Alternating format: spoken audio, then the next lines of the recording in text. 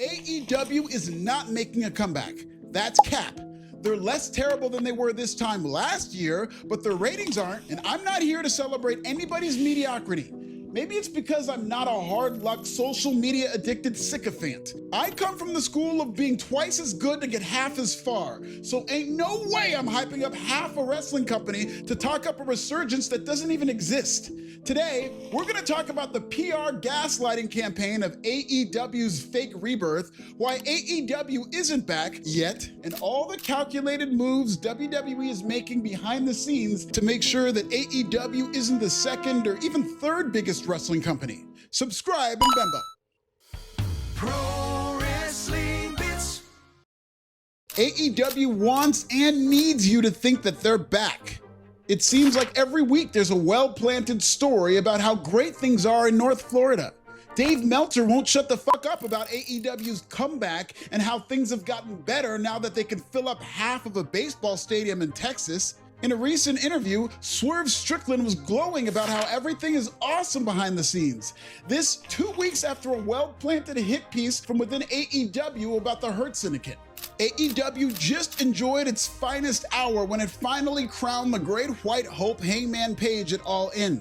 It was an emotional end to its biggest show of the year. AEW is back.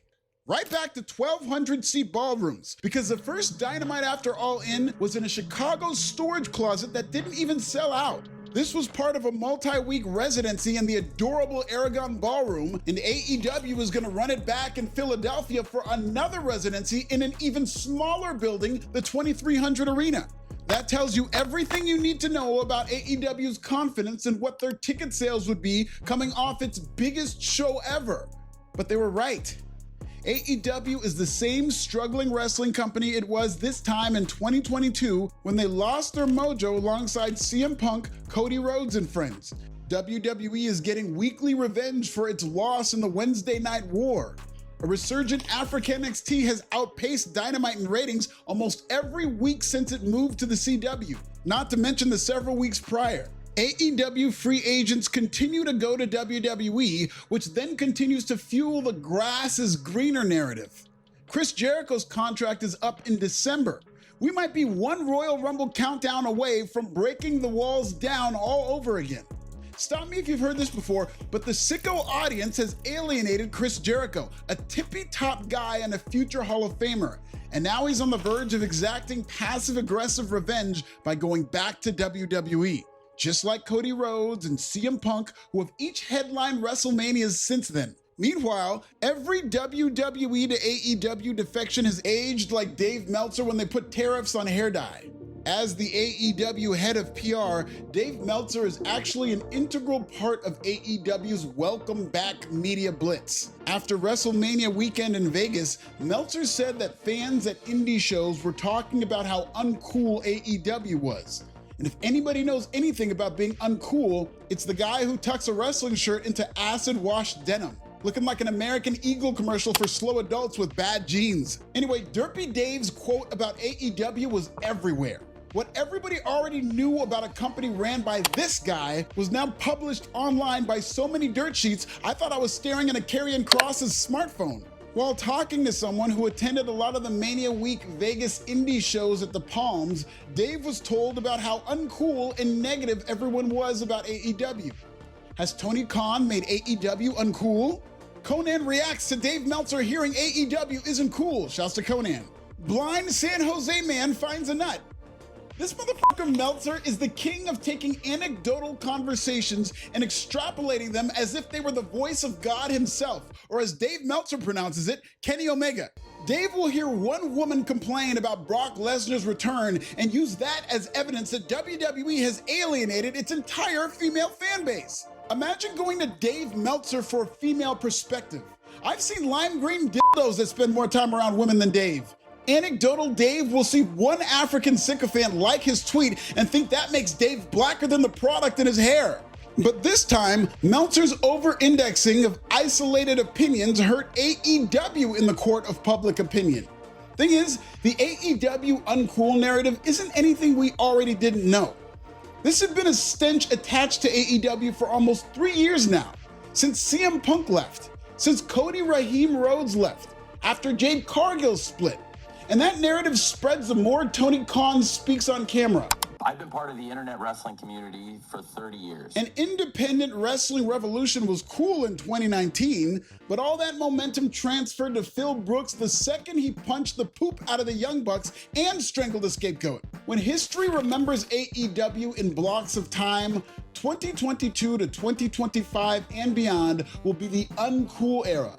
The fall off after their peak when they outsold WWE in its own backyard and beat NXT so bad they had to work Tuesdays. And if you know anything about Triple H, he hates working Tuesdays. After AEW's single biggest supporter called them uncool, I'll bet Tony Khan was furious.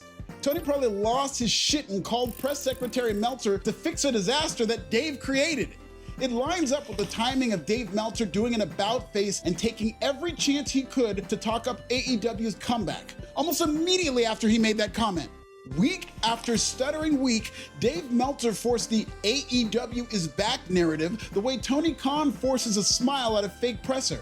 Dave's coverage was an overcorrection of one of his few accurate takes about AEW being uncool. But even after a pro AEW press tour and a 7-hour spectacular at All In, AEW's ratings are down year over year. In ticket sales alone, they've lost more money than a Dr. Umar donor. AEW thinks that putting an end to its worst storyline of all time is a turnaround, but it's not a turnaround, it's a course correction of a cold company. WWE is now putting the full court press on AEW through counter-programming. The funniest part of WWE countering AEW is sickos will whine about how wrestling pay-per-views are taking up all their time 20 minutes into their 7th straight hour on Twitter. At its disposal, WWE has NXT, TNA, and the newly acquired AAA, and they out here finna run trains on AEW. There's even talk of a WWE push to make TNA the second biggest wrestling company. After watching Triple Mania X WWE, AAA is making a legit comeback. Dominic Mysterio is the hottest thing in AAA since the GOAT Alberto Del Rio. And any war between AEW and TNA could be for the bronze medal in pro wrestling. If you watched Slammiversary, you'll know TNA is making a comeback of its own. The Titans are coming to Jacksonville to hunt Jaguars, just in time for the start of the NFL season. Go Pack Go. AEW better get used to this, because WWE is deep into its counter-program bag. Over the long haul, WWE's attempt to wear down AEW's audience will work. WWE's countering of AEW is a long-game tactic. Titan Towers is treating this wrestling war like an election. In every election, there are blue states and there are red states. California votes Democrat and Wyoming votes Republican. Blues are gonna blue and reds are gonna red. Every single time. But every election is decided by battleground states. Swing states that could be swayed either way based on personal voting interests. WWE is running for president of pro wrestling. They don't want to coexist with AEW. Half the damn stories they write are about niggas who can't coexist. Every AEW pay-per-view will run against the WWE Premium Live event. The AEW fans will watch AEW. The WWE fans will watch WWE. But every wrestling election is also decided by casual fans, the swing states of viewership, the battleground viewers who spend much less time on Twitter and more time with their families. If every AEW pay-per-view weekend is going to be countered by a WWE PLE, the swing state viewers are eventually going to have to choose one product. More times than not, it'll be the product that's more mainstream, with much bigger stars, better ratings, doesn't cost $50, and isn't 7 hours long. So come December, a swing state viewer can see their family for 5 more hours by skipping AEW's World End while also watching John Cena's retirement match for free. With Brock Lesnar and John Cena and CM Punk and maybe even Chris Jericho, WWE will send one Scud missile after another at AEW pay-per-views. The longer this goes on, the more likely even the most hardcore fans will get tired of watching so many hours of wrestling in one single weekend. It's just not sustainable for most people who watch wrestling. A lot of fans will be forced to choose. and WWE stands to benefit because of how cost-effective and time-efficient PLEs are compared to AEW pay-per-views, which average $6 an hour. I hope AEW does turn things around for real. They at least seem to be headed in the right direction. Forbidden Door's ticket sales are impressive since AEW is a bigger draw outside of the US, but you can't tell me AEW is back. In a post-Dean Clanbrose era, the Forbidden Door main event is between MJF and Hangman Adam Page, in another demonstration of how AEW can't even book Money in the Bank right.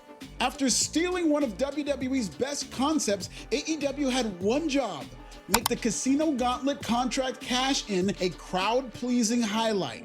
Instead, AEW has completely destroyed the entire concept of a casino anything. 18 casino match winners have gone on to receive title matches.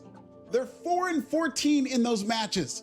Last year, AEW crowned its first casino contract winner in Christian, and he lost his cash-in match.